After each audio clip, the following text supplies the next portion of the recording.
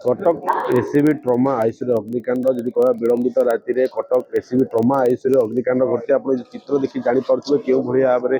कटक जो trauma ICU रही से ट्रमा आईसीयू अग्निकांड घटी जहाँ जो अग्निकांड घटी लोक मैंने धाँ दौड़ हो तौक ओह्ल कहवा कटक भली बड़ मेडिकल जो एसीबी कहुच्छे एसीबी ये घटना कौटना कौटी गोटे चकित करदे समस्त जो रात्रि 2:30 ରୁ 3ଟା पाखापाखि होता कटक एसीबी ट्रमा आईसीयू हठात अग्निकांड कथा खबर जो चारिड़े प्रकट होता कौटना कौट लोक मैंने भयभीत हो तौक दौड़ा लगे जो एसी पेसेंट मैंने रही है ये जो जरूरीकालीन विभाग रही है कि यार भितर जी कह आप देखिपे ये चित्र क्यों भाव में समस्त अधिकारी मैंने पहुंच सारी 5 ରୁ 7 फायर गाड़ी पहुंच सारा बर्तमान जी कह निया गोटे प्रकार आयत कर सारे कि केते लोक ऊपर फसी रही सी भी गोटे चिंतार विषय पालती आप जो भिड़ देखी जापे पेसेंट मानक ये पछपट रास्ता दिए तौक पेसेंट मानक अणा बर्तमान जी कह अनेक लोक जो मैंने जो आईसीयू रही ये द्वितीय महलार अग्निकांड होता कथा जहाँ गोटे अनुमान करा जो मैंने भी देखी प्रत्यक्षदर्शी कथा कहते तो यारी भितर जब कहवा कौटना कौट ये गोटे बड़ अघटन कटक अंचल जो कटक बड़ मेडिकल रही एक ये गोटे बड़ अग्निकांड घटी केतबले निया लगिला आप केतबले देखिले निया लगे 8 घंटा ହେଇଛେ ତାପରେ ଇଏ ଆସିଛି ଦମକଲ ଆସିଛି ବା ଆପଣ କୋଉ ମହଲାରେ ଥିଲେ ଆମର ଏକ ମହଲାରେ ଥିଲି आईसीयू আমার পেশেন্ট 8 নম্বর বেড পেশেন্টের নাম শেখ আব্দুল সত্তার আমার ঝাড়গ্রাম জেলা গাঁর নাম জানতলা पेशेंट को गलानी थोड़ा किसी ହଁ ଏଇଠି ରଖିଛନ୍ତି ବା ଚିହ୍ନା ଯାଉନି ଆଉ ଦେଖତେ ଦଉନି ଆମର ଆମେ କଣ କରିବା କହିଲ ସାହାଯ୍ୟ ଆପଣଙ୍କ ନା କରିଲେ କଣ କରିବା ବାହାରୁ ଆସିଛି ଭଲ ବୋଲି କଟକ ଆପଣ ସେ समय को जगह थे पेशेंट पाखे थे ना आईसीयू बाहर बसी थिला आईसीयू बोलचा मगे बाहर जल्दी बाहर ऐसे आगुन लगी जाय छे बाहर देखि सत्य आगुन लगी जाय छे कितने पेशेंट ता भीतर थिला 40 থেকে 50 জন बारके है किंतु मैंने बारके में होना हला को दिला बा कोशिश करता है तो निकल नहीं सकता था किंतु कोशिश नहीं किया खाली लागु आउ पेशेंट ता भीतर अछंती हां जखन लागुन से बाहर तखन पेशेंट भीतर छिला हाँ अंदर में जब आदमी था वो लोग निकलने की कोशिश करने से सकता था हाँ मार दिया देखो जो भाव प्रतिक्रिया दौरान कोटा कोट दुखरे भांगी पड़ी पेशेंट भितर थे पेशेंट काढ़ापी गोटे विलंब होता है जो घटना गोटे बड़ घटना जी कहवा कटक भली एसीबी जो बड़ मेडिकल कह दूर दूरांतर जो एठार आसी लोक पहुंचती किंतु ये गोटे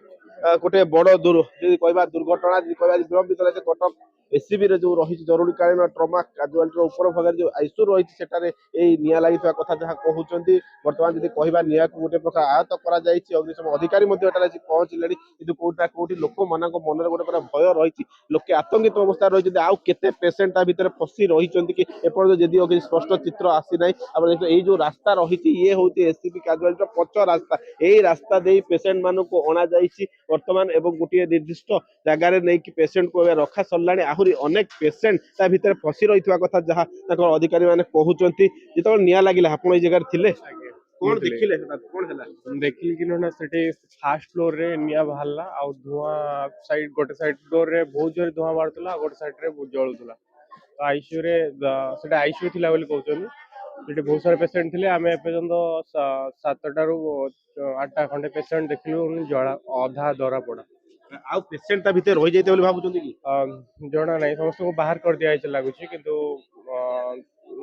थाई पारंती कहि होनी एपटे साइड रे पेशेंट मान को निया जायछि किछि पेशेंट को आउ सेपडू किछि पेशेंट को निया जायछि दरा पड़ा शरीर देखो जितेबाला निया लगी कथा प्रत्यक्षदर्शी मैंने देखी जो भितर अणा जाइए देखो लोक मैंने जितेबाला परिजन को हर बस दुखरे भांगी पड़ते कारण जो निया लगे आप कौ जगह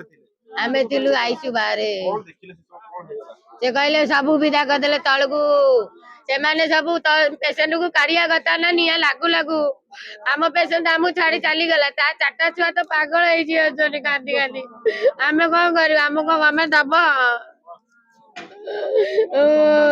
ଦେଖନ୍ତୁ କୋଉଠି ନା କୋଉଠି ଗୋଟେ ବଡ ଦୁଃଖଦ ଘଟଣା ଯଦି ଆମେ କହିବା କଟକ ଭଳି ଏସସିବି ବଡ ମେଡିକାଲ ଯେତେବେଳେ ଲୋକମାନେ ଦୂର ଦୂରାନ୍ତର ଆସୁଛନ୍ତି କିନ୍ତୁ ଏଠାରେ ଏଇ ଯୋଉ ଅଘଟଣ ଘଟିଗଲା ଏହା ନେଇ ଏବେ ଗୋଟିଏ ବଡ ପ୍ରଶ୍ନ ହେଲାଣି କୋଉ ଭଳି ଭାବରେ ଏବେ କଟକ ମେଡିକାଲ ଭିତରେ ଯେତେବେଳେ ରହିଥିଲା ଜରୁରୀକାଳୀନ ବ୍ୟବସ୍ଥା ରହିଥିଲା ଫାୟାର ବ୍ରିଗେଡର ଗାଡି ରହିଥିଲା ଆୟତ କରିପାରି ନଥିଲା କି ଠିକ ସମୟରେ କେତେ ରୋଗୀ ଆଉ ଏହା ଭିତରେ ଅଛନ୍ତି ଏହା ବି ନେଇ ଗୋଟେ ପ୍ରଶ୍ନ ଉଠୁଛି ଆପଣ ଦେଖିପାରୁଥିବେ ଏ ଚିତ୍ର ଦେଖି କୋଉମାନେ ଲୋକମାନେ ଛାନିଆରେ ଯେତେବେଳେ ବାହାରକୁ ଦୌଡ଼ି ଆସୁଛନ୍ତି କିଏ ଷ୍ଟ୍ରେଚର ପେସେଣ୍ଟକୁ ଧରି ଠିଆ ହେଇଛନ୍ତି ତ କେଉଁମାନଙ୍କୁ ସେମାନେ ଗୋଟିଏ ବିଭାଗରେ ନେଇକି ରଖି ସାରିଲେଣି ଅନ୍ୟମାନଙ୍କୁ ଅନେକ ଜାଗାକୁ ପଠା ବି ସାରିଲାଣି ଯେହେତୁ କଟକରେ ଟିକେ ବର୍ଷା ବି ମଧ୍ୟ ହଉଥିଲା ସେଥିପାଇଁ ଲୋକ ସେଇ ସମୟରେ ଏପଟ ସେପଟ ଦେଖନ୍ତୁ ଗୋଟେ ପେସେଣ୍ଟ ଯଦିଓ ବାହାରେ ଆସି ରହିଛି ଏବଂ ଗୋଟେ ଅକ୍ସିଜେନ ଏଠାରେ ଲାଗିଛି କିନ୍ତୁ ତାକୁ ନବା ପାଇଁ ବର୍ତ୍ତମାନ କେହି ନାହାନ୍ତି ଏହା ଗୋଟେ ବଡ ଯଦି କହିବା ଅଘଟଣ ଏ ଚିତ୍ର ଦେଖି ଆପଣ ଜାଣିପାରୁଥିବେ ସାର୍ ସେତେବେଳେ କଣ ଘଟିଲା ଯେତେବେଳେ ଆପଣ ଏଠି ଥିଲେ ମୁଁ ସାର୍ ତଳେ ଥିଲି ଯେତେବେଳେ ମୁଁ ଏଠି ଚିଲେଇଲେ ଫାୟାର ଏକ୍ସଟିଂଜର ଗୋଟା ନେଇକି ଗଲେ ଉପରକୁ କହିଲେ ନିଆଁ ଲାଗିଯାଇଛି ବୋଲି ତାପରେ ନିଆଁ ଲାଗିଯାଇଛି ବୋଲି ଯଦି କହିଲେ ମୁଁ ଆସିକି ତଳେ କହିଲି କି ନିଆଁ ଲାଗିଯାଇଛି ଉପରେ ଆମ ପେସେଣ୍ଟକୁ ବାହାର କରିକି ନେଇକି ପଳେଇବା ତାପରେ ମୁଁ ଏତିକି କହିଲା ପରେ ତାପରେ ବାହାରକୁ ଗଲା ବେଳକୁ ପୁରା ନିଆଁ ଯଦି ଜଳୁଛି କିଏ କହୁଛି ତମେ ସବୁ ଗେଟ୍ ବନ୍ଦ କରିଦିଅ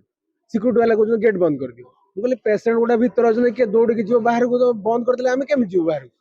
ଏତିକି କହିବା ସତ୍ତ୍ୱେ ତାପରେ ଫାୟାର ଗାଡି ଆସିକି ପହଞ୍ଚିଲା ତାର ସେପଟେ ନିଆଁ ହୁଡୁ ହୁଡୁ ହେଇ ଜଳୁଛି ସେ ସେପଟେ ହଉଛି ଆସିକି ଫାୟାର ଗାଡି ଆସିକି ନିଆଁ ବୁଝିବାକୁ ଚେଷ୍ଟା ଫାୟାର ଗାଡି ସେତେବେଳେ ଆସିଲା ପ୍ରଥମେ ଆଜ୍ଞା ନିଆଁ ଲାଗିଲା ଟାଇମରେ ଗୋଟେ ଗାଡି ଆସିଥିଲା ତାପରେ ସେକେଣ୍ଡ ଟାଇମର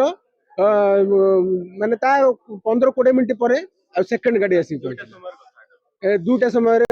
ଘଟଣା ହେଇଛି